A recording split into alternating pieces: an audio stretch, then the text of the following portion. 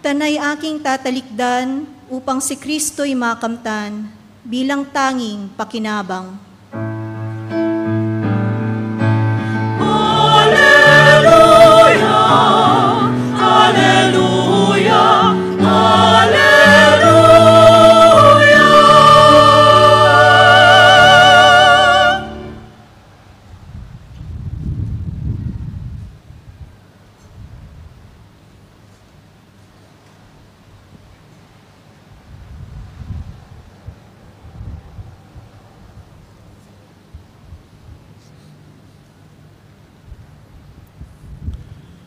Sumainyo ang Panginoon. At sumaiyo rin. Ang mabuting balita ng Panginoon ayon kay San Lucas. Papuri sa iyo, Panginoon.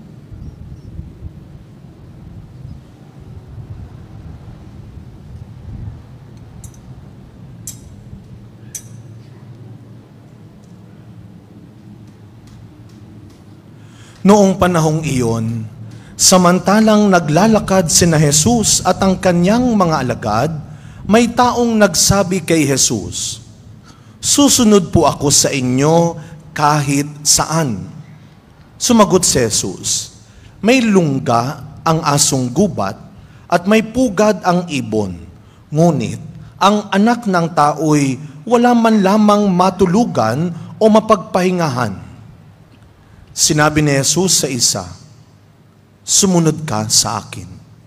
Ngunit sumagot ang tao, "Panginoon, hayaan po muna ninyo akong umuwi upang ipalibing ang aking ama." Sinabi ni Jesus sa kanya, "Ipaubaya mo na sa mga patay ang paglilibing ng kanilang mga patay. Ngunit ikaw, humayo ka at ipahayag mo ang tungkol sa paghahari ng Diyos." Sinabi naman ng isa, "Susunod po ako sa inyo, Panginoon, ngunit magpapaalam muna ako sa aking mga kasambahay." Sinabi sa kanya ni Jesus, "Ang sinumang nag-aararo at palaging lumilingon ay hindi karapat-dapat sa paghahari ng Diyos." Mga kapatid, ang mabuting balita ng Panginoon. Pinupuri ka namin, Panginoong Hesukristo. Tayo po ay magsiupo.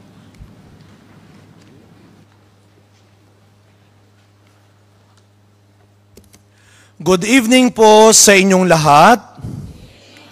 Batiin natin ang mga katabi natin. Good evening! Nako, alam nyo, nakakaawa kayong tignan. Pero nakakaduling kayong tignan, no? Kung kayo nandito sa harapan, hindi lang kayo maawa, maduduling ho kayo. Mga kapatid, tayo ay nasa ikalawang araw na ng ating Misyong Pilipino 2023. Sino muna yung ngayon lang umaten, wala kahapon? Taas ang kamay. Wow. Sabihin natin sa kanila, welcome. Diba? Mabuhay ho kayo. Pero sana go for 4 pa rin tayo. Amen? Sino ang nakadalawang gabi pumalakpak ng malakas? Diba? Pag sinabi natin pangalawa, naka-peace sign. Diba? Pangalawa na eh. Sabihin sa katabi, peace be with you. Tamang-tama po yan kasi sa araw na ito, ipinagdiriwang natin ang kapistahan ni Saint Francis of Assisi. Mahalaga po para sa mga pari ninyo dito, ang mga kapatid nating Kapuchinong pari lalo na. Kapistahan ni San Francisco, kaya alam niyo po, ako'y masayang masaya. Ako'y nagpapasalamat, pinagbigyan naman ako, dinanala ko kanina sa Abramic family. Wow. Pero masaya ho ako. Kasi alam naman ho natin na si San Francisco ay nakilala sa kanyang pagpapalaganap ng pagkakaisa ng kapayapaan. Pwedeng magkaroon ng pagkakaisa kahit may pagkakaiba-iba.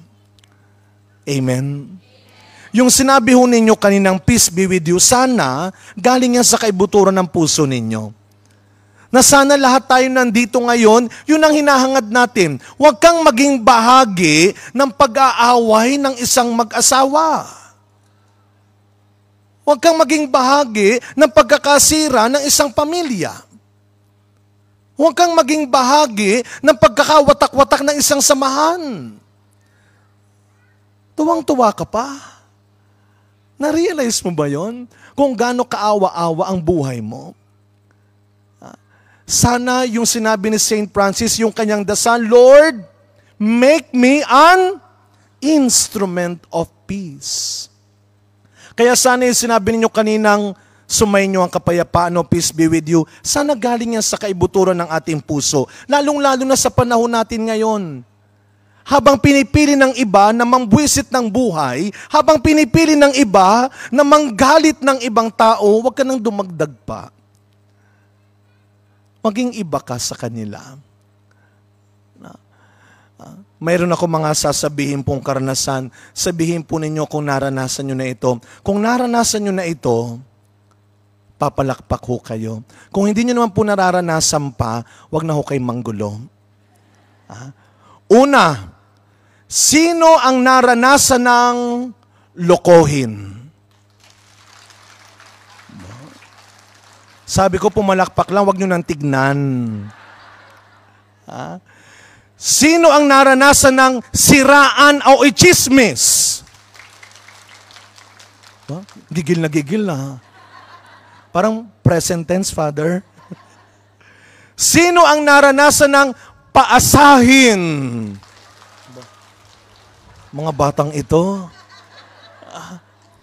Sino ang naranasan ng saktan?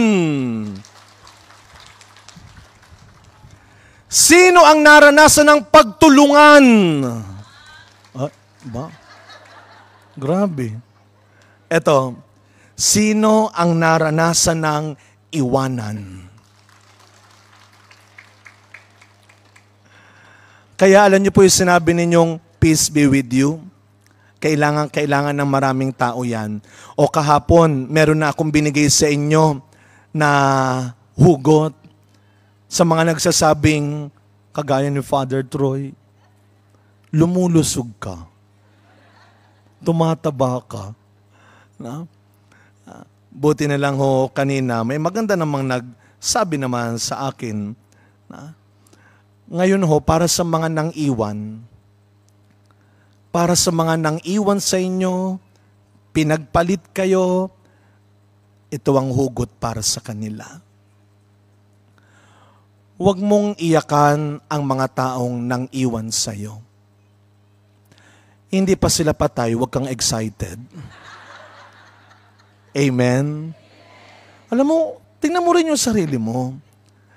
Lagi mo silang binabalikan, iniiyakan. Nakita mo ba yung sarili mo ngayon? Hindi ka ba naawa sa sarili mo ngayon? Bata pa lang ho akong pari. Matagal na ho ako nagmimisa sa Quiapo bago pa ako ma-assign sa Quiapo. At tuwing Biyernes, 3:00 ng hapon, yun ang aking misang regular. Masarap po magmisa sa Quiapo, matagal na. Marami na rin akong dumaming kaibigan. At karamihan po sa kanilang mga vendors. Masarap magkaroon ng kaibigang vendor. Kung hindi mura, libre na. Doon sa Plaza Miranda, may suki ako na ng bulaklak. Ang nanay ko, pag nalalaman niya noon na magmimisa ako, ang bilin lang niya sa akin, Toy, bulaklak. Kaya yung aking suki ho doon, pag bumili ako ng 1 dosena, lagi siyang may 1 dosenang libre pa. Kaya ang natutuwa ho dyan, ang nanay ko talaga. At pag ho ako ay umiikot, may oras pa, iikot ako doon, aalis akong walang dala, pagbalik ko puro plastic na ang kamay ko. Yung mga kaibigan nating vendors. Isang araw ho, pagtapos ko magmisa, sabi ko maaga-aga pa naman maglalakad ako sa may Raon. That time, usong-uso pa yung DVD. Kami mga suki rin ho ako doon. Kaya ho, nung isang Friday, pagtapos ko magmisa, sabi ko maglalakad nga muna ako. I was just wearing my undershirt, my black pants, and my sandals. Habang naglalakad ako sa may raon, medyo paggabi na eh. Naramdaman ko, may sumusunod sa likuran ko. Pagtingin ko po, kuliglig. Alam niyo po yung kuliglig sa atin? Yung pedicab na nilagyan ng motor. Kuliglig ang tawag doon. Marami sa Divisoria, sa Recto, sa Quiapo. Hindi ako natakot doon sa sasakyang kuliglig. Ang natakot ako doon sa nagdadrive ng kuliglig. Ang laki ng katawan, puro tato, nakasando. Tapos nakayuko lang. Pero sumusunod siya, hindi siya tumitingin sa akin. So ginawa ko, bumilis ako. Bumilis din. Sabi ko, nakakatakot naman ito. Hold up yata ito. Pati stipend ko makukuha pa. Yun ang alang dala ko. So mas bumilis ako, mas bumilis din. Sabi ko, naku po, mukhang kidnap naman yata ito. Ang pangit naman sa kuliglig ako ilalagay. Di ba kapag kidnap sa high-aid, sa van, pare, kinidnap, nilagay sa kuliglig, ang pangit. Sabi ko, ano ba yan? Ang ginawa ko po, mas bumilis ako. Alam nyo ho, mas bumilis siya at nag-overtake sa akin. Nung nag-overtake siya, siyempre tumigil ako. Bumaba, papalapit. Sabi ko, Diyos ko. Yung mga tao nakatingin sa amin, nung papalapit siya, sabi ko, Diyos ko, tulungan mo ko. Paglapit, sabi niya sa akin, Father, pa-bless. Sabi ko, sira ulo ka. Tinakot mo pa ako, magbe-bless ka lang pala. Sabi ko, ano ka ba? Tapos hawak ko niya kamay ko, Father, nakalimutan mo na ba ako? Sabi ko, sino ka ba? Kilala mo ko. Sino ka nga? Father, sa city jail. Anong city jail? Father, commentator mo ako doon. Malaya na po ako. Sabi ko, malamang, nasa labas ka na, nang pumuga ka lang. Sabi ko, Father, sabi niya, Father, alam niyo po, hinanap ko lang po kayo para mag-thank you. Ang saya-saya ko po, Father. Sabi ko, alam mo, mas masaya ko kahit tinakot mo ko. Honestly.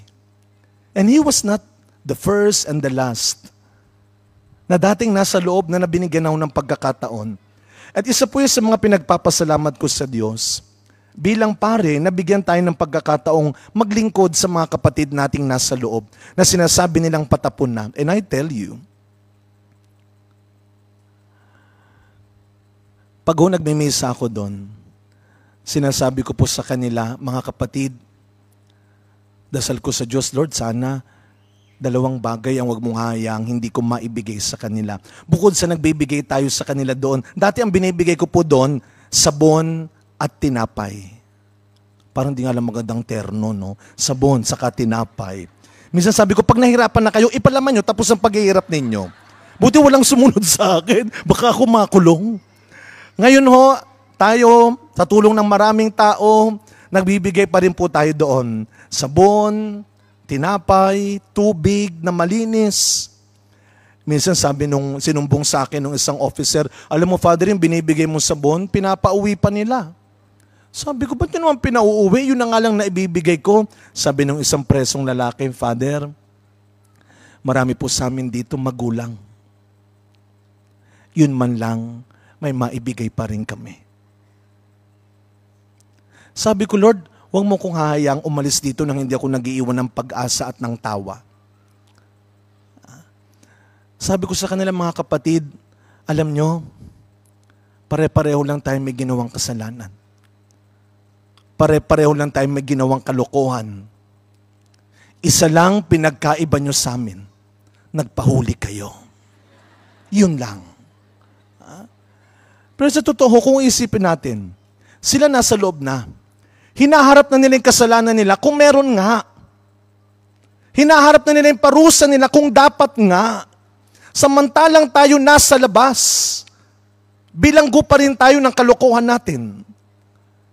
Bilanggo pa rin tayo ng mga tinatago nating kasalanan. O sino mas malaya sa atin? Sabi ko sa kanila, alam nyo, ang kalayaan, hindi kapag nakalabas na kayo dito. Ang kalayaan, pag niyakap nyo na si Kristo. Amen? Kaya alam nyo, mga kapatid, yung unang bahagi ng tema natin this year, yung pagbabalik. Hindi lang ito yung pagbabalik nating physical dito sa labas. Hindi lang ito yung pagbabalik sa mga bagay at mga taong nawala na sa atin.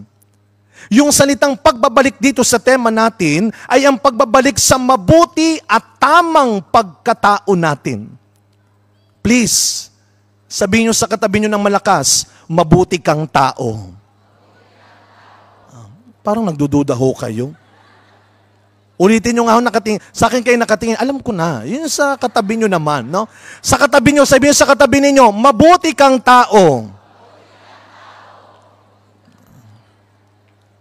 Sabi nung katabi niya, ewan ko sa'yo. Alam mo, mabuti kang tao, nakakalimutan mo lang. Walang ginawang masama ang Diyos. At bahagi ka sa ginawa ng Diyos. Sa Quiapo ngayon ho, every Thursday ng umaga, kagaya ho ngayon, konti na lang, every Thursday ng umaga sa Quiapo Church, meron ho karayong programang iThursday, feeding program, inspired by the Missionaries of Charity. At sa lahat ho ng simbahan ng Missionaries of Charity, nandun ang salitang I thirst, katabi ng krus ni Kristo. Ako'y nauuhaw.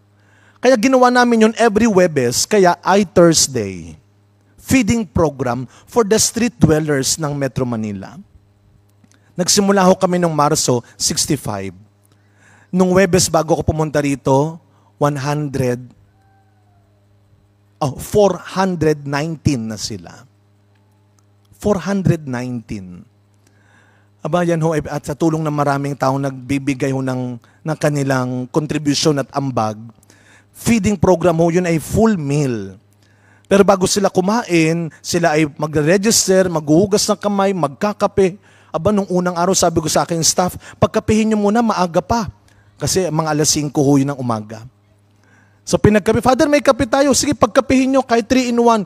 Aba, nakita ko binaba, coffee maker. Sabi ko, wow. Pag ako 3-in-1, sila, brewed coffee. Tapos so, hugas ng kamay, kape, katikisim. Ang pinapakain ho natin sa kanila, hindi lang champurado, sopas, the usual. Yan ho ay kanin, sabaw, ulam, saging, bottled water. Ang ulam nila, pinagpipilian lang ng papalit-palit. Menudo, sinigang, nilaga. Tapos mayroon pa mga nagdo-donate. Kaya sabi ko sa nanay ko minsan, ma, sabihan kita pagpipila ka. Ha? Pero ang una namin ginagawa sa kanila, kinukuha ang pangalan nila. Kinukuha ang pangalan nila. Tinatanong ang pagkatao nila. Why? Sometimes, the first thing that the poor people lost is their identity. Nawawala ang kanilang pagkatao. Do you still remember nung nagsisimula ang pandemyang ito? Ano ang sabi ng mga tao? Kinabahan ng mga tao, nung araw-araw, pataas ang kaso. Do you still remember that? Baka ngayon iba sa inyo, ayaw nyo nang balikan. Maraming nawalan ng trabaho, maraming napauwi, maraming nasirang buhay. Kaya wag natin sabing biyaya ang pandemyang ito. Wag natin gawing sweet ang lahat ng bagay. Let's face it, hindi biyaya ang pandemyang ito. Kaya nga maraming natakot noon eh. Kahit mga taong simbahan. Sabi sa akin nung taga-simbahan doon sa dati kong parokya, Father, hindi ka ba natatakot? Parang ito na yung nasa Book of Revelation. Parang tinatapos na ng Diyos ang mundo. Hindi kaya katapusan na ng mundo? Tinatapos na ang tao? Sabi ko, ako hindi pa, ewan ko lang sa'yo. Tarantang-taranta. Taga-simbahan yan. Buti na lang si Pope Francis gave us a beautiful reflection sa pagsisimula ng pandemyang ito. Ito ang sabi ni Pope Francis. This pandemic is not a judgment of God, but for us to judge which is essential and not. This pandemic is not a judgment of God, but for us to judge which is essential and not. Sana, kagaya ng sinabi ko kahapon, nandito tayo dahil hindi pa tayo tinapos, pero inaayos tayo ng Diyos. Pero nakakalungkot no, kung mapapansin ninyo, Father, sa totoo lang, nakaka-alarm at nakakalungkot. parang bumabalik yung dating bad normal. Parang kanya-kanya na naman tayo. Napabayaan mo na naman yung kalusugan mo. Wala ka na naman pakialam sa paligid mo. Wala ka na naman pakialam sa maggastos mo. Ano na naman ang mga priorities mo? Isa ho sana sa ibinalik ng Diyos sa atin ay yung pagtingin natin sa pagkatao natin. Huwag lang natin tignan yung mga pagkakamaling nagawa natin, yung kapintasan ng bawat isa sa atin. Sana maibalik natin ulit, una tigit sa lahat, yung tamang pagtrato sa sarili natin.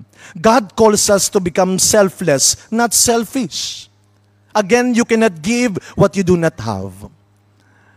Napakadilim ho ng pandemyang iyon. Hindi biyaya ang pandemya, pero maraming naging biyaya nitong panahon ng pandemya.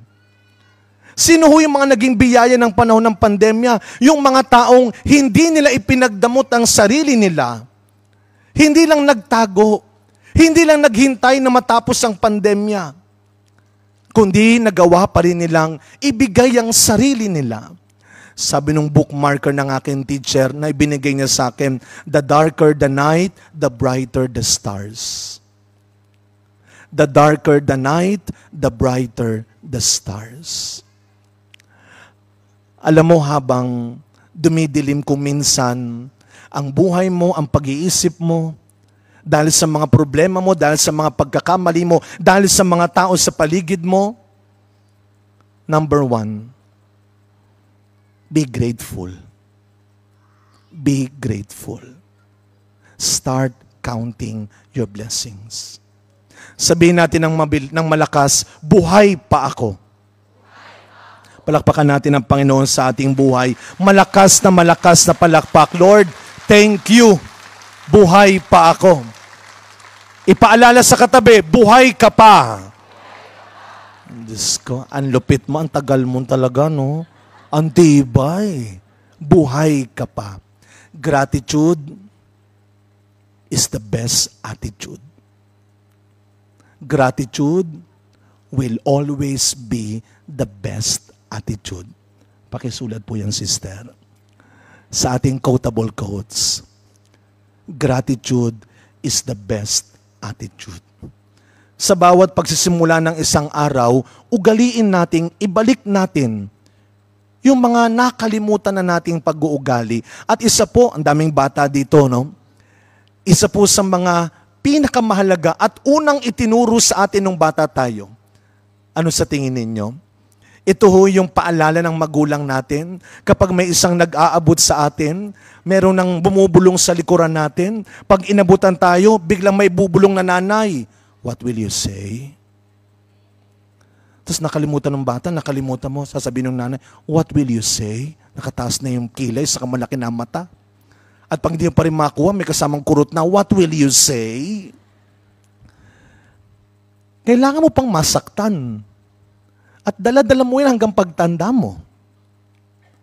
Kailangan mo pang masaktan bago mo maalala ang mga bagay na meron ka.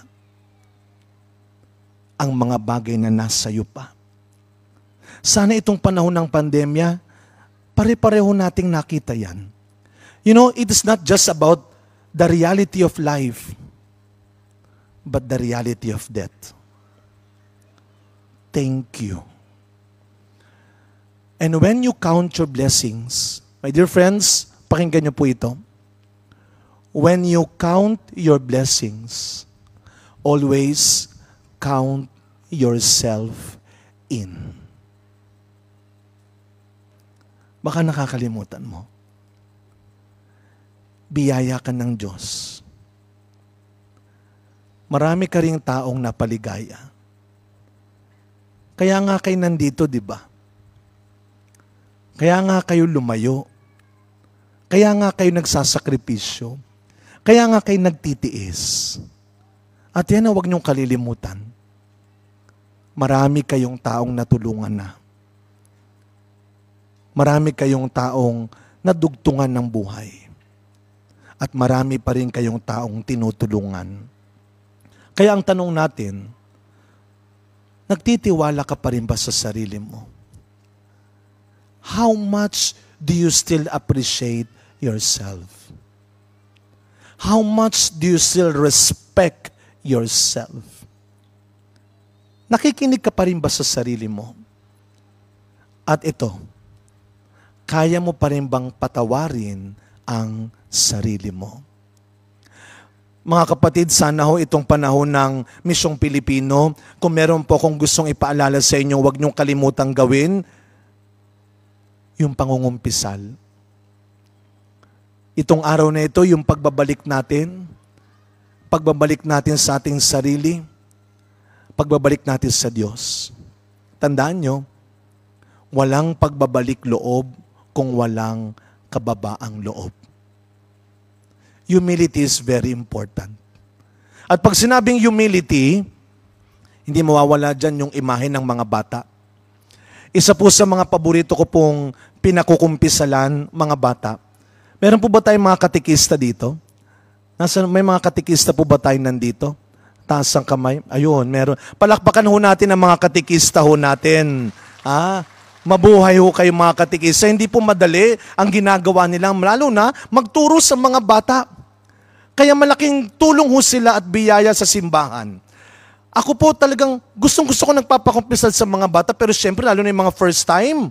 Takot na takot yan. Dahang-dahang lalapit pa yan. Tapos pauupuin ko yan. Pakakalmahin ko muna. Sabi ko, are you ready? Yes, Father. Sabi ko, okay, begin your confession. Sabi nung father, nung bata, Father, my sins are nangongopia. Nangongopia po. Nakasulat. Di ba? Yan ang tinuro sa atin dati ng mga katekista. Minsan nasa korteng krus pa yung papel. Isulat mo yung mga kasalanan mo at hindi po masama yun kahit matanda na tayo. Kaya nga meron tayong tinatawag na examination of conscience. Isulat mo. Huwag kang magtitira. Ay, ito konti pa lang. Ito gagawin ko pa kasi next week ito eh. Ito baka gawin ko bukas. Hindi, wag na lang muna siguro. Huwag kang magtitira ng kasalanan pag nangungumpisal. Isulat mo. Hanggang ngayon po minsan pag nagpapakumpisal ako, Father, pwede po bang basahin? Go. Pero pag paalala ko lang po, pag ginawa niyo po yan, huwag niyo kalilimutan sa loob yung papel. Baka makuha nung susunod, kopyahin pa. Uy, okay ito mukhang maganda nga ito One time ho, nangumpisal sa akin, grade 3. Mga first communion sila. Hindi pa nagsisimula yung kumpisalan, lumapit na yung bata. Sabi ng bata, Father, yes. Father, do you think Jesus can forgive me? Sabi ko, of course. Jesus can always forgive us. Sabi ko, why? Because Father, grade 3, I committed adultery. Adultery? What do you mean? Because I do not respect the adults. Oh my God. Sabi ko, Diyos ko po. Tatawa sana ako, baka mapahiya yung bata. At least, alam nung bata may ginawa siyang mali. Mali lang yung term niya. At least, alam nung bata may ginawa siyang mali. Samantalang tayo pag tumanda na, paano kayo mangumpisal? Sabihin nyo nga ako kung totoo ito. Minsan may mangungumpisal. Sabi ko, okay po, start na tayo. Ano pong mga kasalanan ninyo? Wala naman masyado. Wow. Diba kayong mga sagot, Father? Wala naman pong masyadong kasalanan. Ano pong wala masyado? Father, yung mga normal lang. Normal.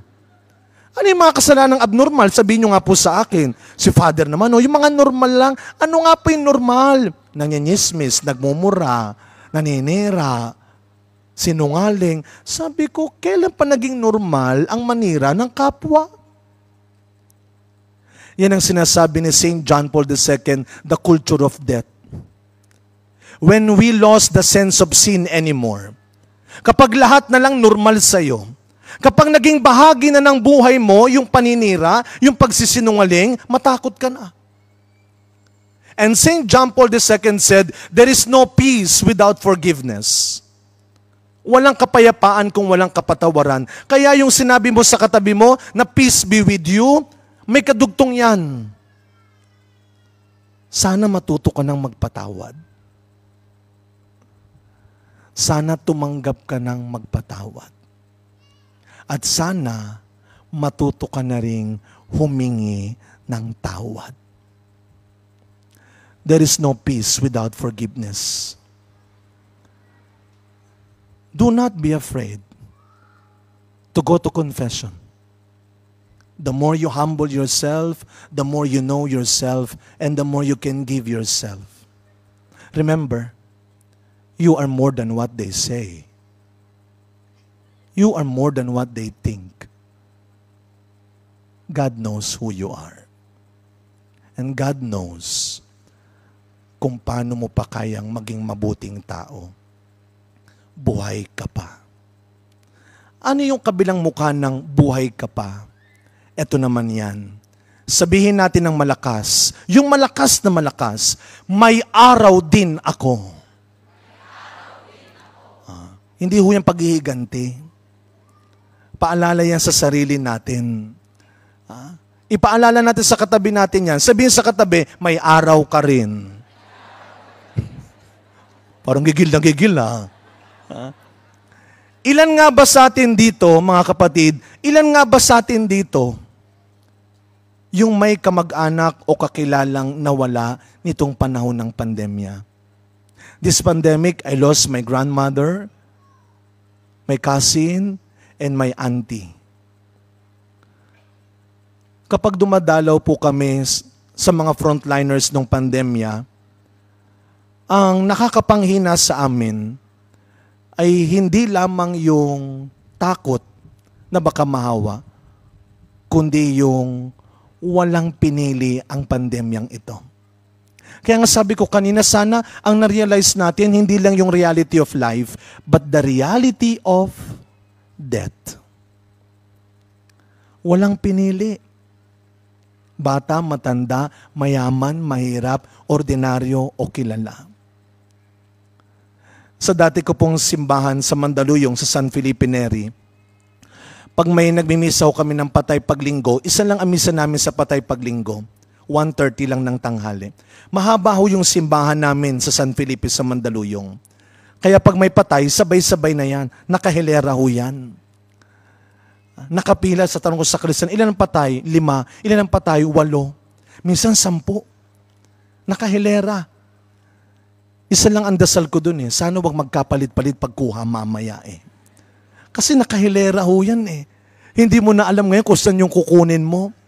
At pag ako nagmimisa sa patay, tumitingin po talaga ako sa patay. Aminin natin, may mga tao hanggang ngayon matanda na takot pa rin tumingin sa patay. May kilala ba kayong ganon?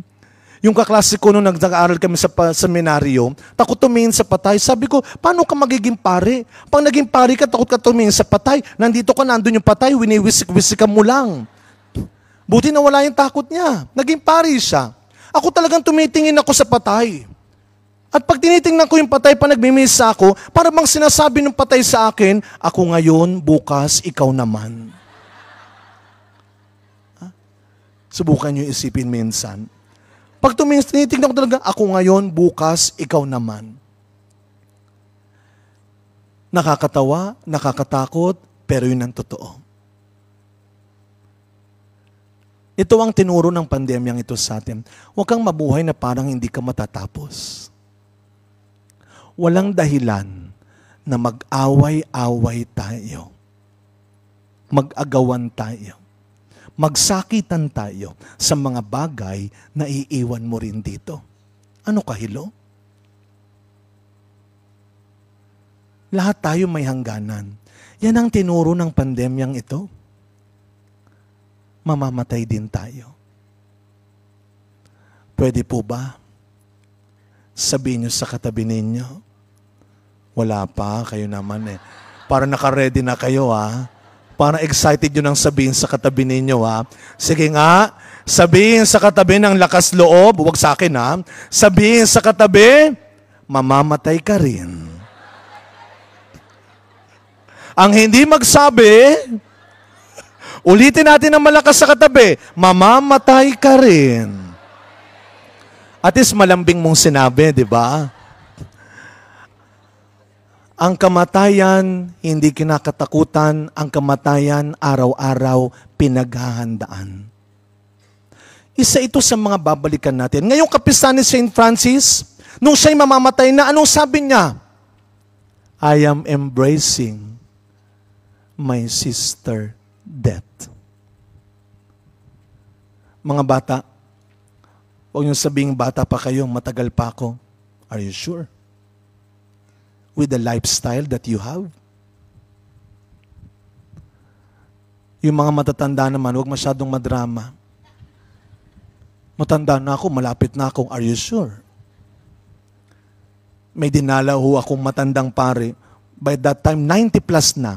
Pero namatay na rin siya. Pero nung mga ilang years ago lang, 90 plus. Sabi ko, Monsignor, ano pong maintenance mo? Wala. Ba? Ano pong sakit ang binabantayan mo? Wala. Hala, paano ka mamamatay?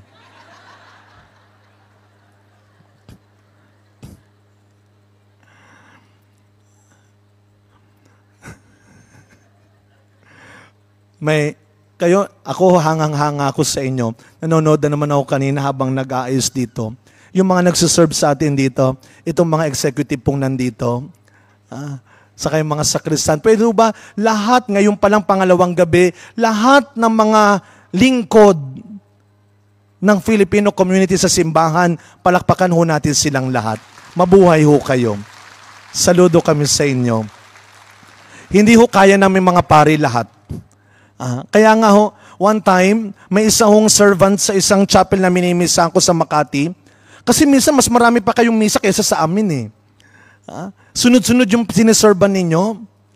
Sabi nung isang usher, sabi, napapagod ako, gusto ko magpahinga. Nakakapagod, gusto ko naman magpahinga. After ilang days, nabalitaan ho nila, pero biro, biglang namatay ito. Namatay. Hindi naman niya kasi niliwanag kay Lord kung anong pahinga ang gusto niya. Yung maikli ba o pang matagalan na? Kaya pag kayo po ay nagdadasal, nakikinig ang Diyos. Be specific. Talaga ho yan, namatay. Kaya ho nung nagmisa ako ulit, nakita ko yung mga kasama, sabi ko, sister, pagod ka na. Hindi po, Father.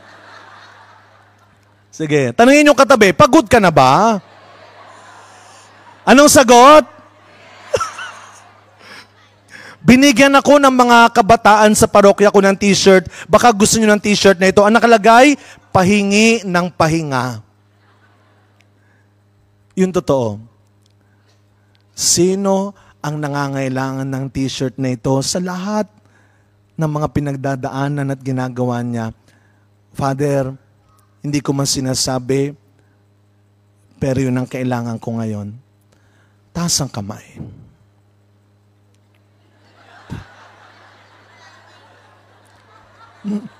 Ang yabang nyo, ha? Hindi kayo napapagod, ha? Mga kapatid, sa gabing ito, ibalik natin ang sarili natin sa kabutihang binigay ng Diyos sa atin. Walang masamang mapagod. Huwag ka lang titigil maglingkod. Amen? Mabuti kang tao. Nakakalimutan mo lang minsan. And God will never give up on you. He will always find His way to win you back and to bring you back. Hindi ka susukuan ng Diyos. Gagawa ng paraan ng Diyos para bawiin ka at ibalik ka sa kabutihan ng pagkatao mo. Please bow your heads. Lord, here I am. Make me only and always yours again. Amen.